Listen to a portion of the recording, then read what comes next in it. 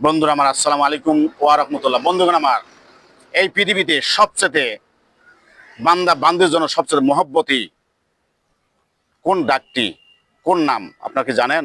বন্ধুরা আমার বলেন। একমাত্র সৃষ্টিকর্তা আল্লাহ, আল্লাহ, আল্লাহ, আল্লাহ।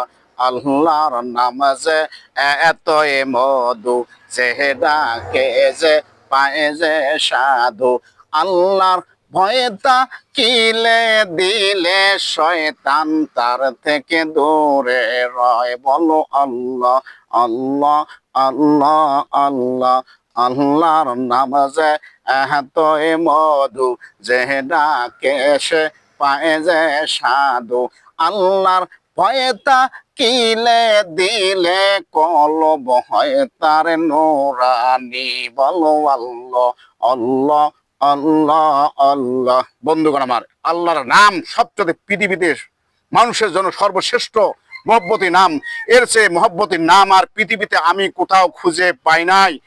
আল্লাহর যার কলবে থাকবে সে মানুষটি দ্বারা কোনো পাপের কাজ হতে পারে না।